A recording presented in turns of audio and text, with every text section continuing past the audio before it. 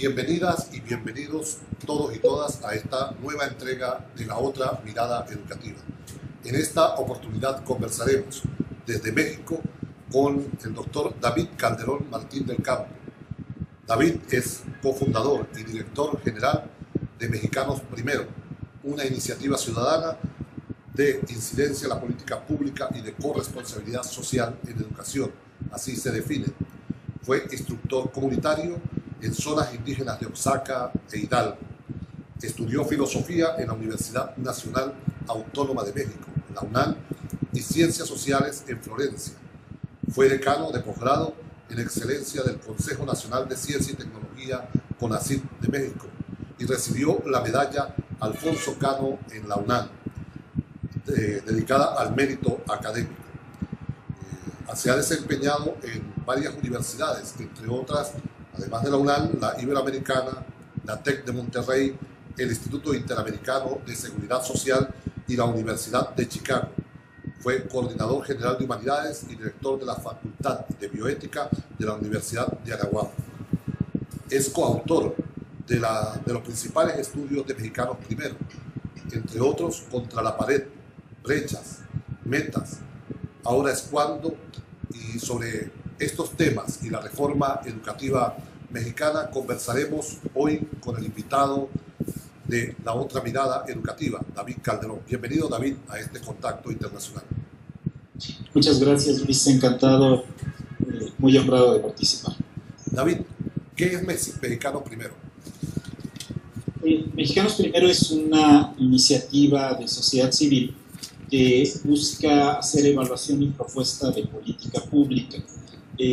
Nos interesa, digamos, tener una alternativa a la participación que por un lado o se ha dado exclusivamente desde un enfoque sectorial, quiero decir, por ejemplo, los grupos de empresarios o las participaciones sindicales o sencillamente pues, el trabajo académico, o en el otro extremo, la participación de sociedad civil por la vía solamente filantrópica, es decir, como complementando los aportes que puede haber a la vida escolar, ofreciendo recursos que van desde capacitación de maestros hasta ofrecer tecnologías en el aula y cosas de este tipo.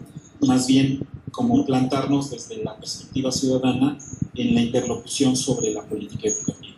¿Desde cuándo está existiendo Mexicanos Primero? Fue presentado públicamente hace 8 años y entonces somos una organización sin fines de lucro, estamos registrados como unidad de investigación en el Consejo Nacional de Ciencia y Tecnología y pues eso, somos un equipo relativamente compacto de profesionales que trabajamos en educación desde diversos ángulos de nuestra especialidad. ¿Cuál es la relación de Mexicanos Primero con el actual equipo presidencial, el presidente Peña Nieto? Nuestra relación es una relación de diálogo, a veces complicado, áspero, a veces un poco más fluido. Nos conocimos, digamos, en forma temprana porque a resultas de una actividad de sociedad civil, los candidatos presidenciales firmaron una agenda de compromisos, 10 compromisos más o menos genéricos para el cambio educativo, y entonces al reconocerse que digamos, el candidato vencedor era Peña Nieto, nos comenzamos a reunir con ese equipo para tratar de hacer efectivo, digamos, el cumplimiento de esos compromisos, y desde ahí pues surgió este diálogo que ha sido, como digo, pues intenso y continuo, pero por momentos bastante complicado. Tú eres coautor de varias de las publicaciones de Mexicanos Primero. Imagino que esas publicaciones contienen un diagnóstico de la educación en México. Por favor, háblanos de cuál es la perspectiva de Mexicanos Primero sobre la problemática educativa en tu país. Sí, para nosotros el tema de la educación es crucial porque nos parece que es el derecho que habilita prácticamente el resto de los derechos. Entonces, juega un papel crucial para el desarrollo y la prosperidad de una nación. Y la principal dificultad que identificamos en el sistema educativo en México es que esa perspectiva de derechos está ausente. No se ve, digamos, en la implantación del sistema educativo mexicano, el tema del derecho a aprender quedó bastante oscurecida, digamos, por otras consideraciones, y las distintas etapas de la educación en México han respondido a algunas necesidades claramente históricas, algunas pues casi imprescindibles. Por ejemplo, el proyecto nacional surgió de una voluntad pacificadora más que de desarrollo de la conciencia crítica. Entonces, pues se privilegió un modelo homogéneo en donde se limitaron, por ejemplo, las referencias regionales, etc. Entonces, para nosotros, pues, la principal problemática es poner al centro de nuevo el tema del derecho a aprender, el derecho de cada nueva generación a desarrollar sus potenciales, y que el sistema, con su implante, digamos, burocrático, técnico, no acabe ahogando esa perspectiva de el servicio al desarrollo del potencial de las personas y las comunidades. ¿Cuáles son las líneas centrales de la actual reforma educativa en México? Porque desde fuera vemos una separación de los poderes, un poco la SEP por un lado, el INE por otro lado, el Instituto de Formación por otro lado, y muy concentrada tal vez la reforma en evaluaciones educativas. ¿Existen otras iniciativas o el foco son las evaluaciones? Existen otras iniciativas, pero ha sido una reforma muy dispareja, ¿no?, a nuestro juicio, en el sentido de que efectivamente el foco ha estado muy concentrado en la evaluación. Una de las cosas que insistimos nosotros es que si la evaluación no está ligada a la formación, pierde mucho sentido, incluso o tal vez especialmente cuando se trata de los profesores. La evaluación de los profesores, si no está ligada a la evaluación, y viceversa, si la evaluación no está ligada a la formación, empiezan como a generar divergencias que no son positivas para el sistema educativo. Entonces, las otras iniciativas que están en la ley, están los mandatos en la ley, pero no se han traducido plenamente en política educativa, es, por ejemplo, la participación en las escuelas. El cambio constitucional quedó, digamos, como algo del mismo nivel que la evaluación docente, pero eso, sinceramente, no se ha abordado como, no solo como corresponde, sino, digamos, ahí no ha habido gran esfuerzo a nuestro juicio. Otro de los elementos que incluye esta reforma es el considerar que los métodos y los materiales y también la infraestructura tienen que estar al servicio del aprendizaje. Y entonces esta concentración en la idoneidad de los maestros y los directivos ha en cierto sentido oscurecido también la importancia de tener un planteamiento distinto a propósito de la infraestructura escolar. Hay un esfuerzo muy notable, poco comunicado, que se está haciendo, inicial a nuestro juicio, pero pues positivo, para renovar la infraestructura escolar. Y en cambio en métodos y materiales, ahí sentimos que ha habido una concentración, especialmente en los aparatos digitales, en una entrega de tabletas y laptops que a nuestro juicio no es pertinente y no tiene mucho vínculo con lo educativo. Y en cambio, en métodos y materiales más bien estaríamos considerando todas las habilidades para establecer el diálogo pedagógico en el aula, que necesita ser apoyado, y eso nos parece que es como de los grandes pendientes de esta reforma. La comunidad internacional en alguna medida se ha puesto de acuerdo respecto a un porcentaje del Producto Interno Bruto y del presupuesto público para la educación, un 6% del PIB, un 20% del presupuesto, acuerdo ratificado recientemente en el Foro Mundial de Educación en Incheon, Corea. ¿Cuál es la opinión de Mexicanos Primero? ¿Apuesta por la consolidación de ese 6% del PIB, del 20% del presupuesto? ¿Considera que es poco, que hay que ampliarlo, o que ese es un techo para mantenerlo? Sí, yo creo que es poco, hay que ampliarlo. nosotros hemos marcado como México es el mejor ejemplo de cómo no basta seguir, digamos, este parámetro, porque este parámetro ha sido cumplido por México desde hace 27 años, continuamente, es decir, constantemente ha rebasado el 20% del PIB y constantemente el 6% del PIB, pero ha llegado a ser hasta el 9% y 20% del gasto programable, en nuestro caso ha llegado a ser hasta el 27%. Entonces, no solo es un tema de volumen, es un tema de calidad en el gasto, es un tema de justicia, transparencia, equidad en el gasto. Entonces, si es menos que eso, claramente el efecto se puede dispersar, pero no basta que sea ese volumen, sino que se aplique adecuadamente y después hay que pensar que eso en el fondo realmente no alcanza porque ese cálculo se ha hecho mucho pensando en la infraestructura netamente escolar, pero toda la dimensión educativa que tienen los procesos comunitarios requiere también financiamiento público y ese se deja como, digamos, iniciativas que son de buena voluntad, pero no hay como una inversión pública sólida a ese respecto. Me refiero a, por ejemplo, bibliotecas, me refiero a procesos en los parques, el alcance que puedan tener los museos y las bibliotecas públicas. Ese gasto educativo, digamos, requiere un financiamiento explícito a nuestro juicio y debería sumarse y no restarse de ese 6% y 20%. Mencionaste brevemente el tema de la calidad educativa. David, para ti y para Mexicanos Primero, ¿qué es calidad educativa? Para nosotros calidad educativa es que todos los procesos estén armonizados para lograr trayectorias completas y exitosas.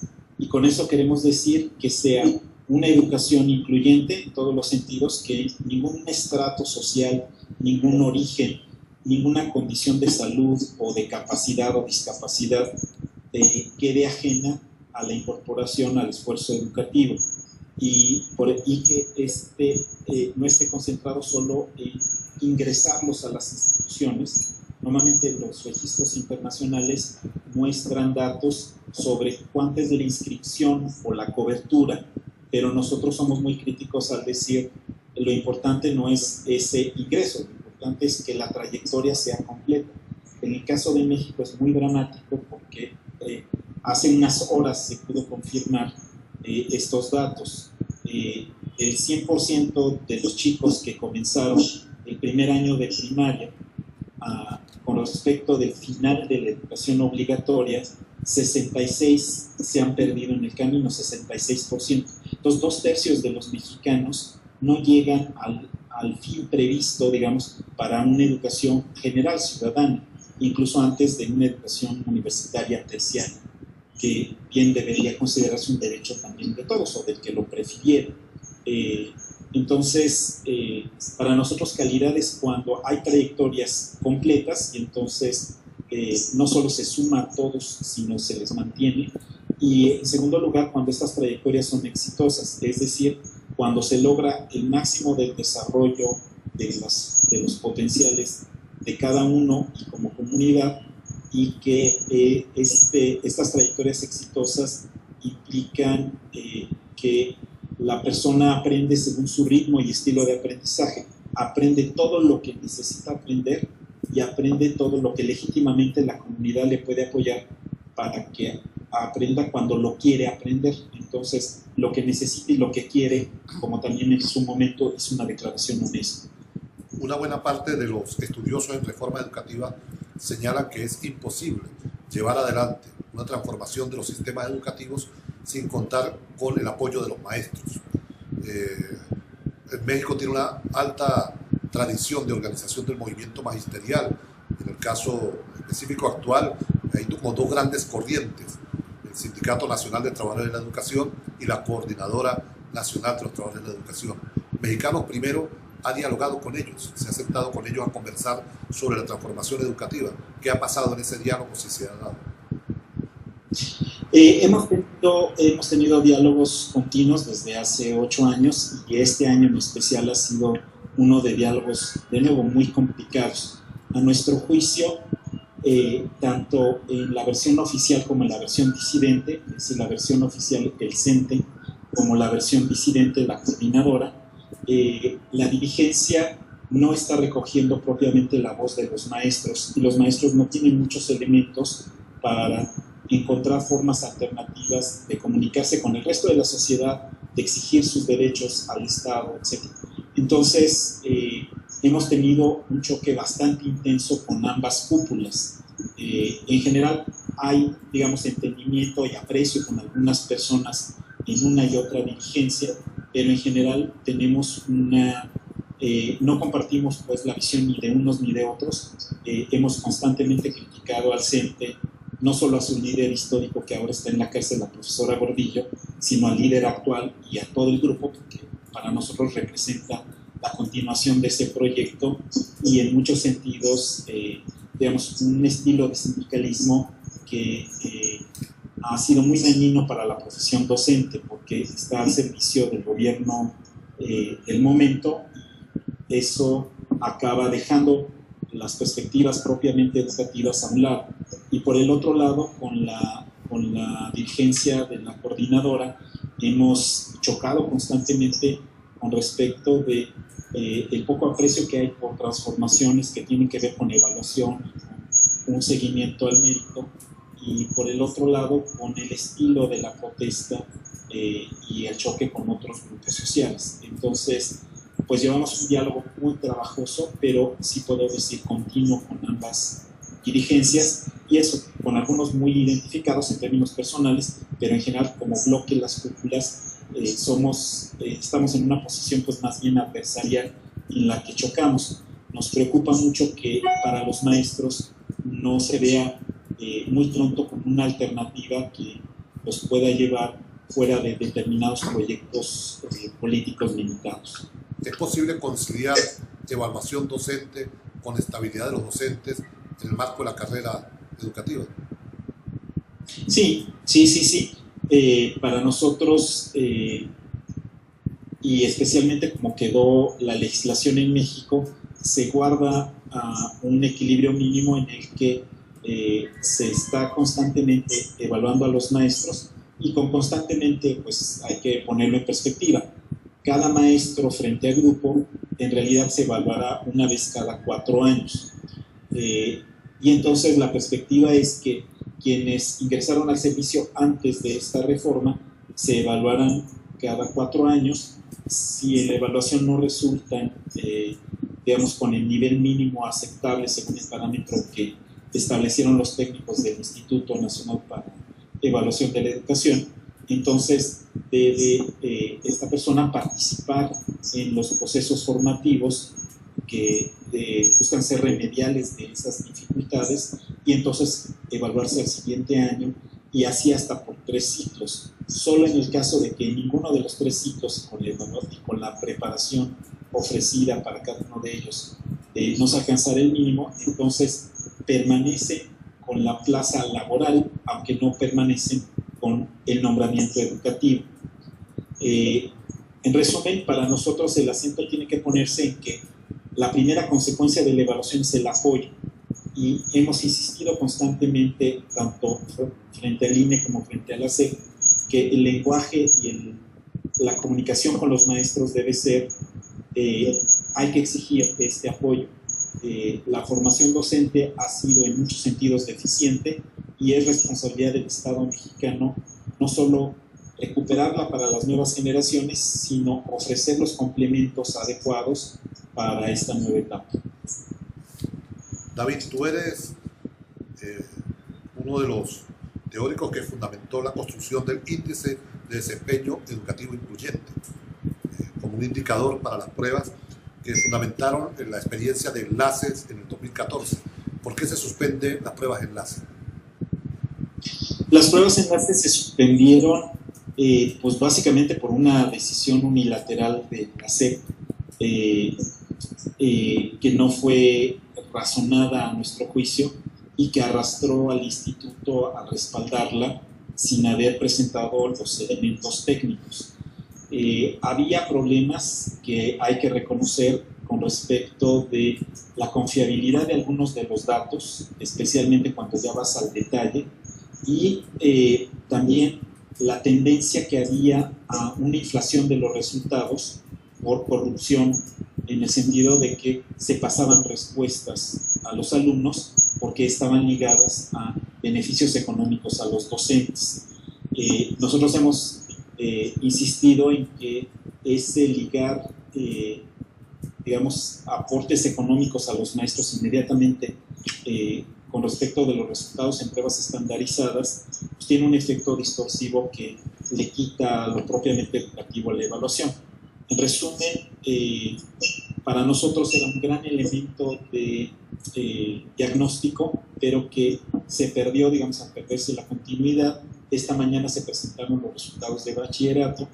En bachillerato, es decir, nos estamos refiriendo al grado 12, digamos, en términos internacionales, que para nosotros es el fin de la educación obligatoria, y ese sí se mantuvo todos los años y se mantiene, digamos, comparable con respecto de la etapa de enlace. Ahora se llama Planea, el nuevo ciclo de pruebas, y entonces quedará nuestro esfuerzo, digamos, limitado a ese indicador, pero vamos a poder darle continuidad.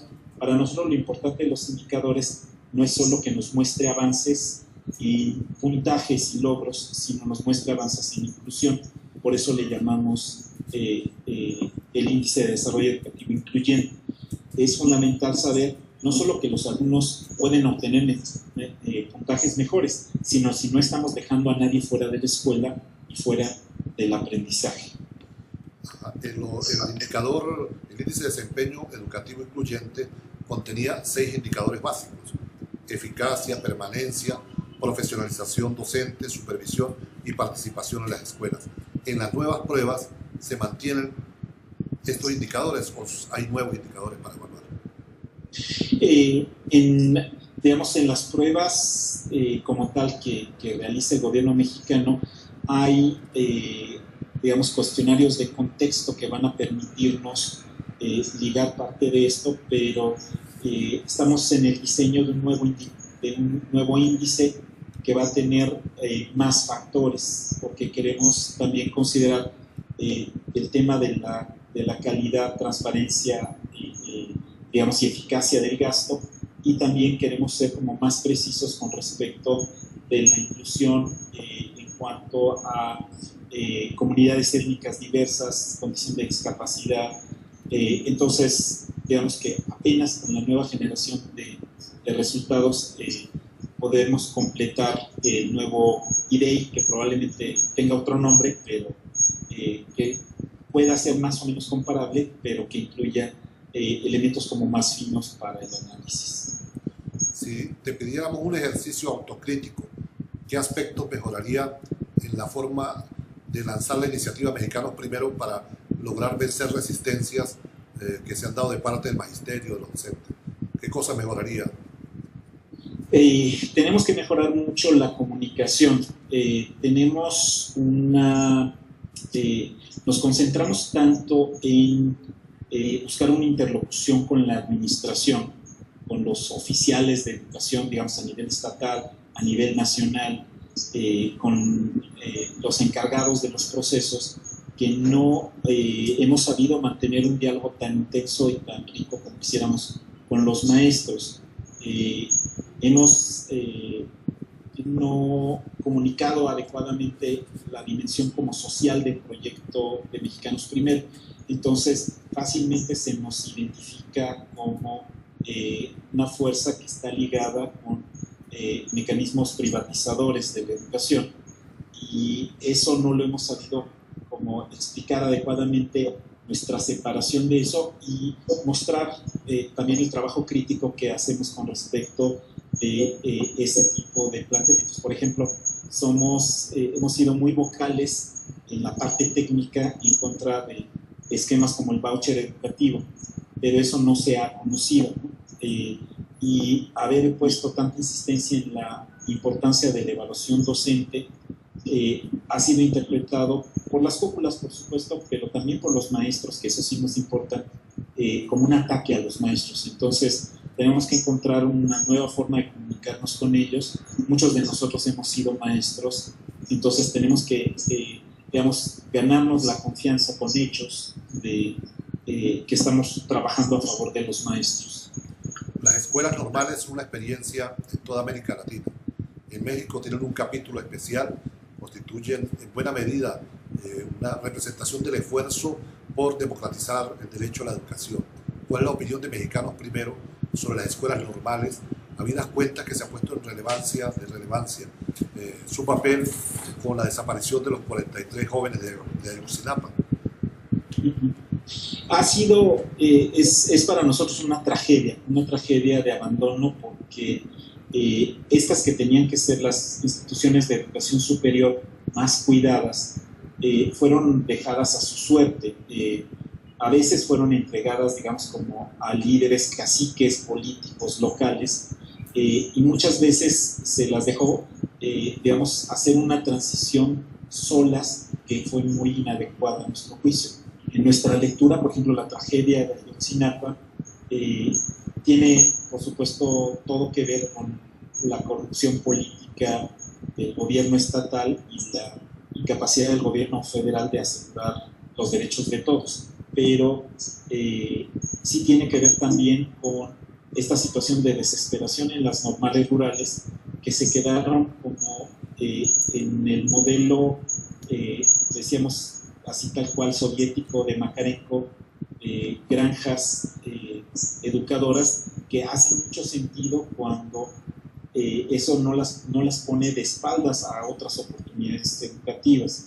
Entonces se las dejó a su suerte, se las dejó a sus recursos, se las quiso matar de hambre, literalmente, es decir, recortando cada vez más los recursos, y entonces eso empujó a que los líderes de las escuelas se fueran, digamos, a la colecta obligada como la forma de sobrevivir. Entonces, constantemente, digamos, deteniendo los camiones que trajeran algún tipo de alimento o haciendo recaudación de dinero para completar su vida de una forma que los alejaba no solo de la escuela, sino que los ponía en riesgo a ellos, y eventualmente resultaba también un ataque a los derechos de terceros.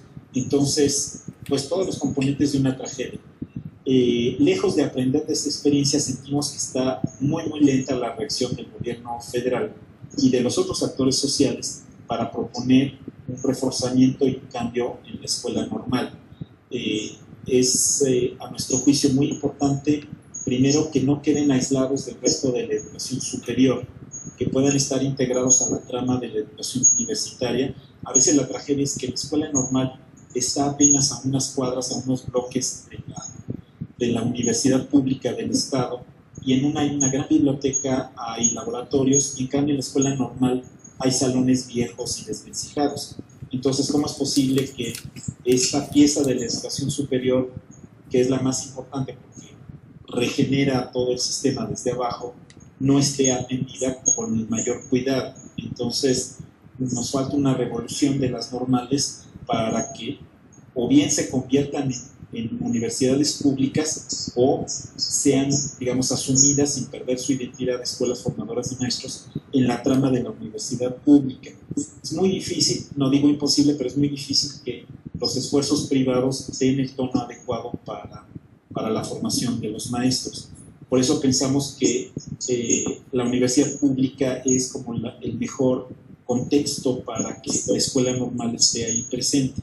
La escuela normal, totalmente aislada de otras instituciones educativas, sí nos parece que es, digamos, cortarse raíces y contactos que limitarían mucho la formación del maestro como profesional integral. Uno de los rezagos en América Latina y el Caribe está referido al tema de la pobreza. Y, por supuesto, si lo asociamos a evaluaciones de aprendizaje, podemos indicar, o hay quienes indican, que no se puede evaluar de manera estandarizada a quienes tienen un punto de partida desigual. Es decir, quienes tienen peores condiciones de alimentación, de apoyo cultural, y son medidos por una prueba única, por supuesto que van a tener un comportamiento desigual a la hora de valorar la evaluación. ¿Cómo resolver ese tema en la propuesta que está haciendo Mexicanos Primero de evaluación del sistema educativo? Nosotros pensamos que los procesos de evaluación en la parte netamente técnica deben ser homogéneos, en el sentido de, y esa es la imagen que usamos, no hay básculas para niños desnutridos. La báscula mide lo que mide y lo que debe cambiar, lo que debe ser un tratamiento diferenciado es la respuesta y el remedio a la situación de quienes están en carencia, en pobreza, en marginación. Nuestro país no es un país pobre, es un país injusto, es un país riquísimo y el mismo presupuesto educativo es de miles de millones de pesos, de cientos de millones de dólares.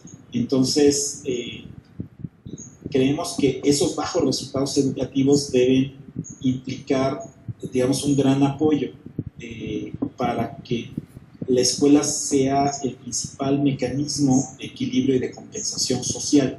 Y entonces, si fluyen los recursos al contexto de la escuela, y no solo, digamos, en las transferencias condicionadas, que ha sido la respuesta mexicana, ¿no? Este sistema que se llama oportunidades y progresa ahora, sino que hay digamos, reforzamiento de la escuela.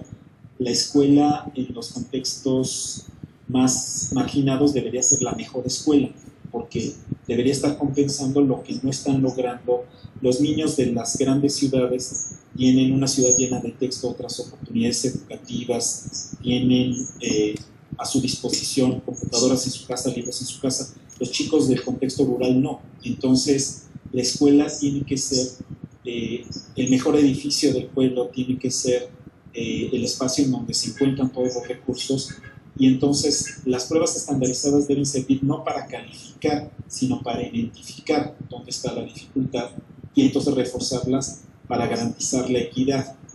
Creemos que no le hace un buen servicio decir a los chicos de ciudad les pedimos 10 y a los chicos del campo les pedimos 6.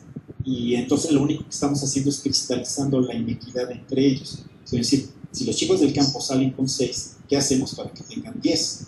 Y entonces que esa identificación esté ligada con los adecuados compromisos de compensación digamos, y de equidad que les permitan estar en resultados equivalentes. Buena parte de las pruebas estandarizadas internacionales, PISA, DIN, los rankings, incluso algunas de las pruebas del propio laboratorio de la calidad educativa de L'Oréal, enfatizan en determinados aprendizajes: matemáticas, lectoescritura, ciencia y tecnología. Quienes cuestionan este modelo señalan que se abandona la valoración de la construcción de ciudadanía como tarea central de los sistemas escolares. ¿Cuál es la opinión de Mexicanos Primero al respecto? Sí, nosotros compartimos esa crítica. Creemos que es muy importante y que han jugado un papel muy interesante. Las pruebas estandarizadas de matemáticas y lengua han jugado un papel muy interesante para hacer un examen de los sistemas educativos. Creemos que es muy importante que se difundan estos resultados, que se conozcan y que se vayan puliendo este tipo de evaluaciones, porque hacen un efecto sobre todo de realidad desnudo, ¿no? Los gobiernos eran demasiado optimistas y los indicadores que presentaban eran indicadores de cobertura o de extensión, pero no de logro educativo.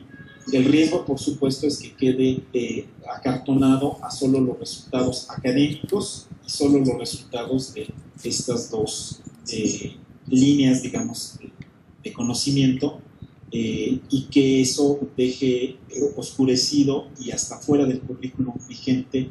Puede estar en el currículum escrito, pero si en la realidad lo que le valoran solo es matemáticas y lenguaje, entonces inevitablemente se va a ir sacando estos compromisos con la educación cívica, con la resolución de problemas comunitarios, con la tradición cultural, etc. Entonces, esos no admiten fácilmente un tratamiento estandarizado. Hay un esfuerzo interesante, el ICS, ¿no? En el que han participado algunos países latinoamericanos, entre ellos México, y hemos buscado, pues, que se difundan estos resultados, pero sobre todo el que se involucre en la evaluación de los alumnos y en la evaluación de los maestros, y por ello en la evaluación del sistema, estos elementos de compromiso cívico, sobre todo pensando en que tal vez el mejor ejemplo es con respecto de proyectos. Entonces, sin que estos proyectos sean determinados desde arriba y desde afuera de la escuela, que sí hay una forma de identificar cuando una escuela está también haciendo este trabajo de introducción a la ciudadanía de forma adecuada, y no solamente, digamos, como educando el intelecto de los chicos, sino sobre todo pues preparándolos para que sean personas solidarias. Mexicanos Primero tiene una propuesta para la educación básica, para la educación inicial, para una parte del sistema, para la educación universitaria también. La verdad es que la estamos construyendo, tenemos algunas ideas, algunas líneas, hemos escrito artículos, pero la verdad es que todavía no hemos desarrollado esa dimensión. Estamos interesados en hacerlo e igualmente en pensar en educación de adultos, en educación popular, pero la verdad es que no nos ha dado la vida. Somos un equipo de 25 personas y no hemos logrado todavía como pasar esta siguiente fase. Sentimos que es fundamental, por supuesto, porque sobre todo, no sé en otros países, pero en México hay un gran divorcio entre la educación básica y la educación universitaria. Entonces, hasta ahora en nuestro país pues ha sido el privilegio de unos pocos y hay esta discusión en donde se pone falsamente la alternativa entre equidad y calidad, es decir, que la única forma de hacer educación de calidad a nivel universitario es mantenerla elitista, o que la única forma de hacerla popular y extendida es bajarle las exigencias. Nosotros creemos que eso es un falso dilema, ¿no? No tenemos una solución, pues, pero necesitamos estudiar, y sí creemos que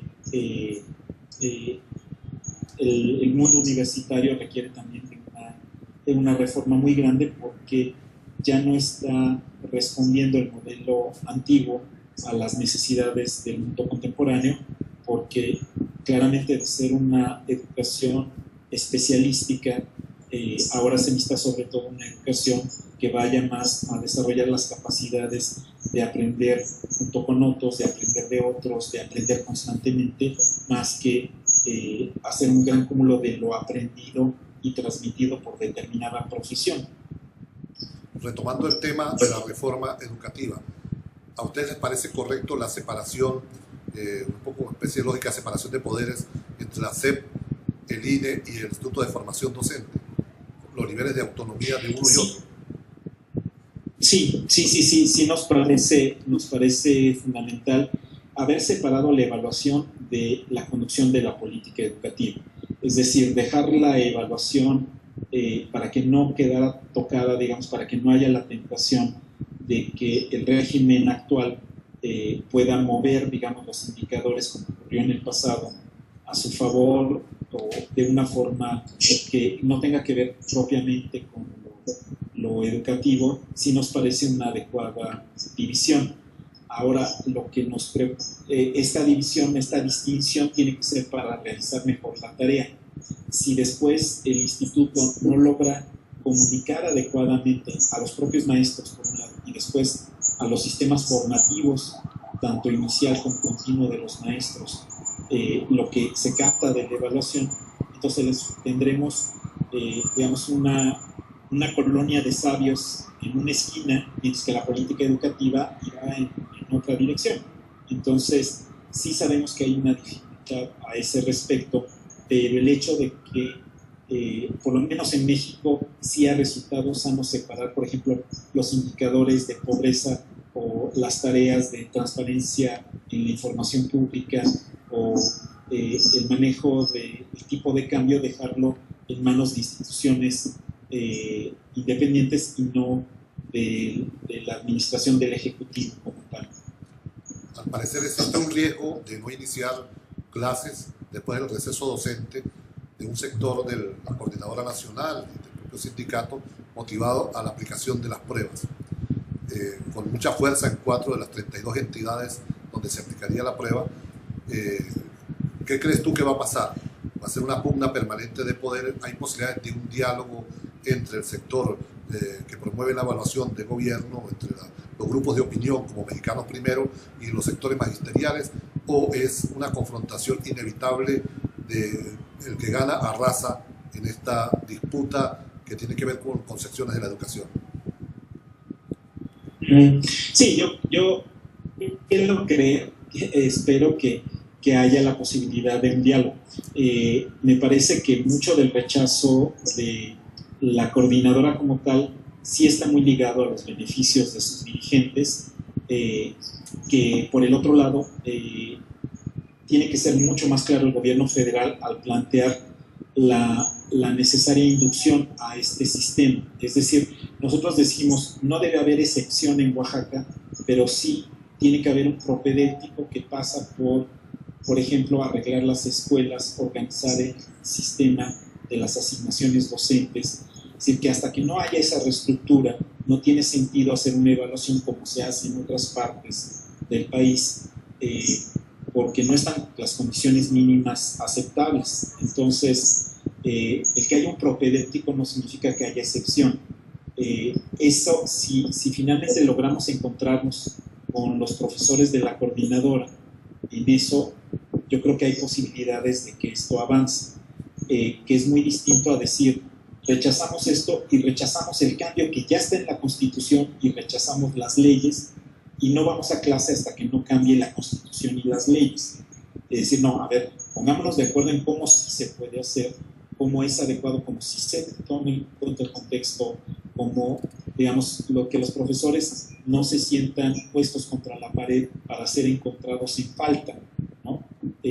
Pero que por el otro lado no se abuse, digamos, de la inquietud de los maestros para entonces convertirlos en una fuerza de choque y buscar propositivamente que la protesta se torne violenta y que la presencia de las fuerzas de seguridad sea usada, digamos, como el mecanismo de unos y otros para estar en contacto.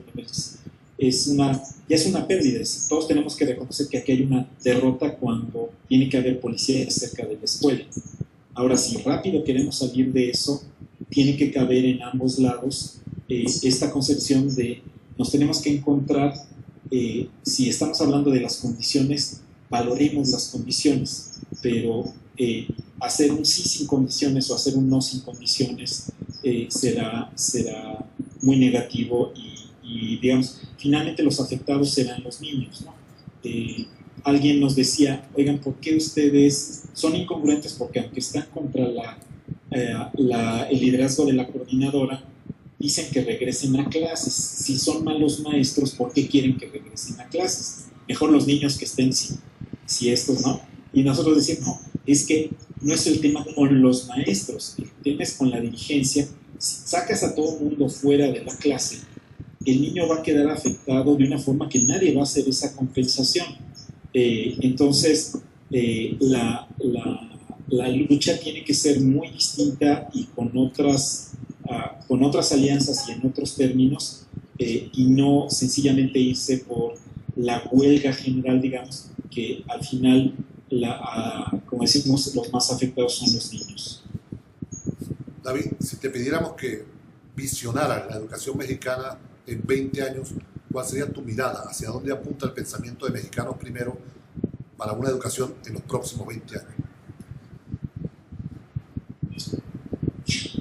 A nosotros nos gustaría encontrar digamos, la educación de los próximos 20 años, primero con un gran equilibrio entre lo escolar y lo no escolar, lo que tiene que ver más con los encuentros comunitarios, lo que tiene que ver más con el contexto cultural, los medios de comunicación, las oportunidades culturales de otro tipo, que con mucho mayor autonomía en las escuelas, de manera que sea mucho la comunidad local la que defina, digamos, el rumbo. Entonces, que la autoridad empiece a dejar de ser prescriptiva y sea más bien, por un lado, consultiva, apoyadora, digamos, de la escuela, y por el otro lado, que sí juegue un papel de rendición de cuentas, es decir, que verifique que se está garantizando equidad porque el logro educativo es equivalente. Que haya logro educativo equivalente no significa que haya logro educativo unifactorial o solo planteado de una determinada manera. Entonces, sí nos soñamos una escuela en donde la comunidad, por ejemplo, definió que en ese momento y en esa escuela le querían dar importancia por ejemplo, a un acercamiento a la cultura que tiene que ver con el mar, porque están cerca del mar, y que entonces no sea una tarea solo de la educación técnica cuando ya tienes tú 18 años, que has vivido toda la vida frente al mar y de repente ahí está el mar, sino que desde la escuela básica, desde la escuela primaria, ya se está integrando todos los aspectos de la cultura y vocación de la comunidad en el entorno, que entonces los directores estén preparados para guiar esa comunidad, los líderes escolares, y que no sean funcionarios de las capitales los que definan esto, ¿no? Entonces, que la evaluación no sea sobre el currículum explícito, temario, sino que sea sobre el logro de los aprendizajes y que los padres estén involucrados sabiéndose corresponsables de los maestros y no dejando todo el peso en ellos, pero también los padres pudiendo contribuir más allá que con un poco de dinero adicional o alguna participación en una fiesta, sino que estén mucho más involucrados en el logro educativo de sus hijos, reconociendo la tarea que tienen que desarrollar en casa y también siendo, digamos, repartiéndose la tarea con los maestros, con la tecnología muy accesible para todos, pero sin un papel de solución mágica, y finalmente con un equilibrio entre la identidad propia, que es muy intensa y así la sentimos en México y eso es muy positivo, pero también una gran apertura al mundo, ¿no? Siendo, digamos, bastante autocríticos y sabiendo que en otros países han encontrado grandes soluciones educativas y vale la pena mirarlas. ¿Es posible pensar en el futuro en un secretario de Educación Pública proveniente de Mexicanos Primero? Ojalá que no, ojalá que no, porque creo que vale la pena que siempre exista, seguramente muchas cosas, o parte de la identidad de Mexicanos Primero es ser como criticones profesionales. Entonces, un poco como los panfletistas de la época de la Ilustración, seguro en algunas cosas hemos cargado las tintas y nos hemos perdido sutileza, hemos puesto muy en blanco y negro las situaciones, pero creo que juega un papel importante que haya un grupo de agitadores profesionales pacíficos que constantemente estén diciendo eso está mal, eso no tiene fundamento, eso. Entonces, ojalá que nunca caigamos en la tentación de ser parte de los funcionarios y consolidar una experiencia de sociedad civil más participativa y crítica. Gracias, David.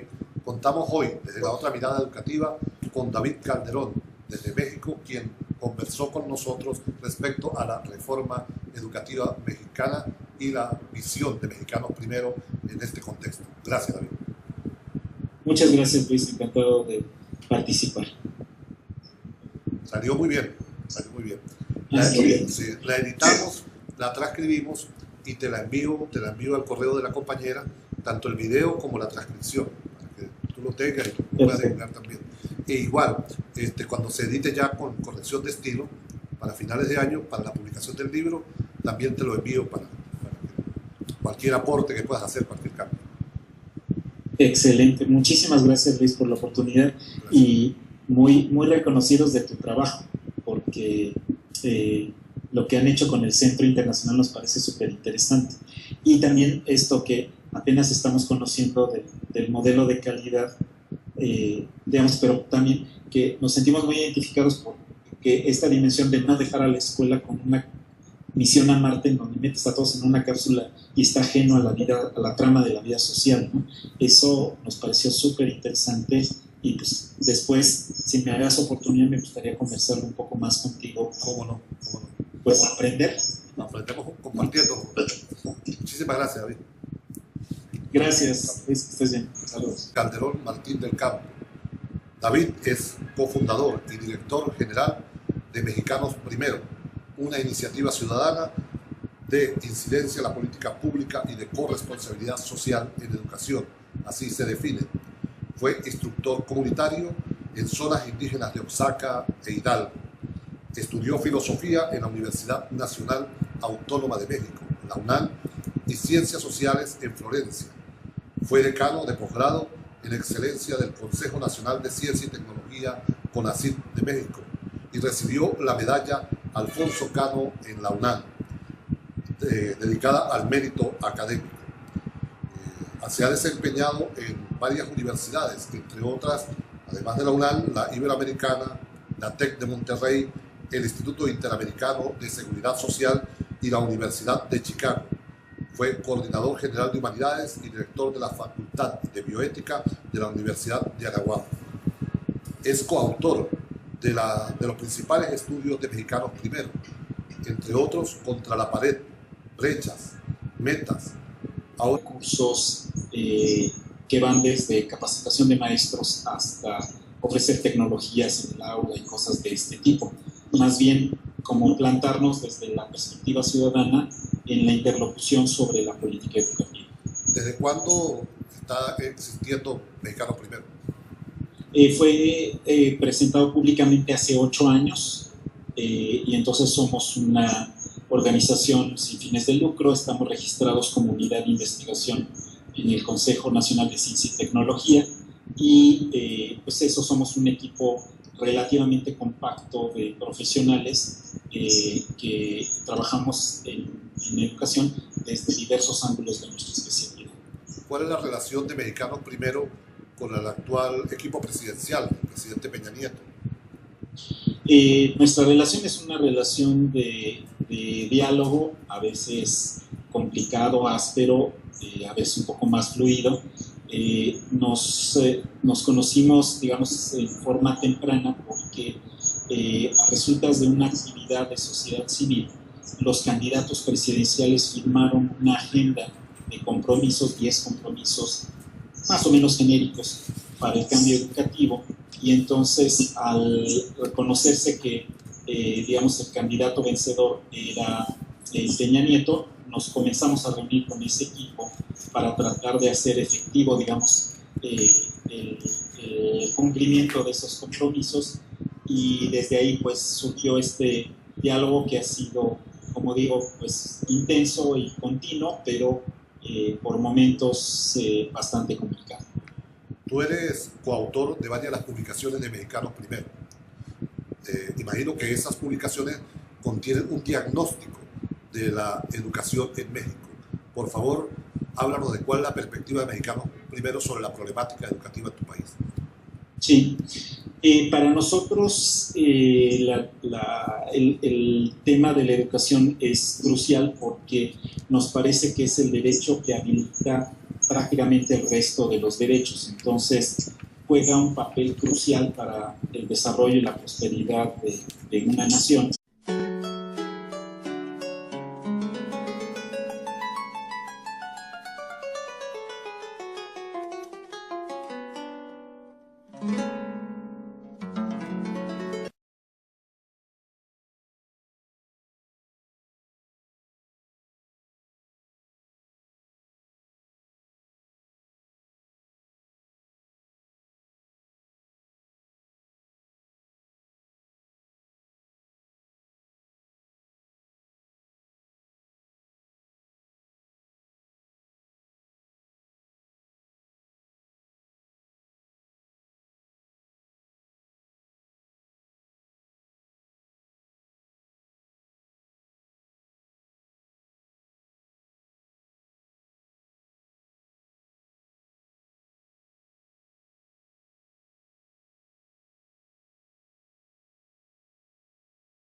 Bienvenidas y bienvenidos todos y todas a esta nueva entrega de La Otra Mirada Educativa.